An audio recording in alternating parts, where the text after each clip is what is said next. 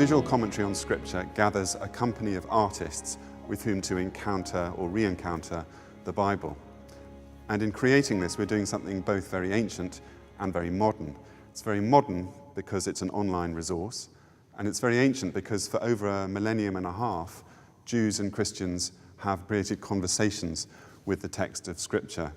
The Jewish Talmud created composite pages in which the viewpoints and theological perspectives of different rabbis were gathered, not because they all agreed with each other, often in fact because they constructively disagreed, and they were together preserved as a kind of conversation.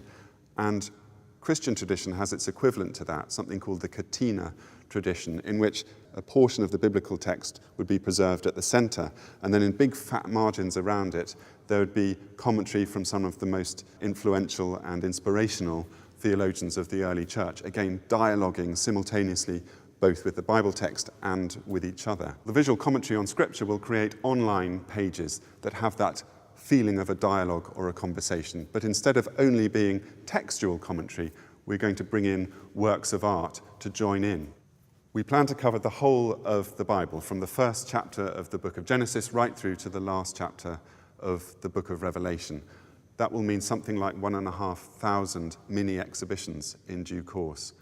The passages of Scripture may vary in length, but the treatment they receive will be very consistent. 3 works of art with short commentaries on each of those 3, and then one comparative commentary that brings all 3 of them into dialogue with each other and with the scriptural text. Not all of the works of art that we'll use in the visual commentary will be direct responses to the biblical text. Curators of our online exhibitions will sometimes want to introduce a work of art to a scriptural text when they've never, so to speak, met before. But it'll be because that curator believes that together they'll have great chemistry.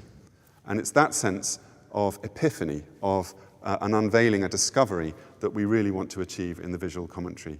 And we'll believe that we've done a good job when people who visited our online exhibitions never quite read the biblical text in the same way again because of what the art has brought to their reading of it.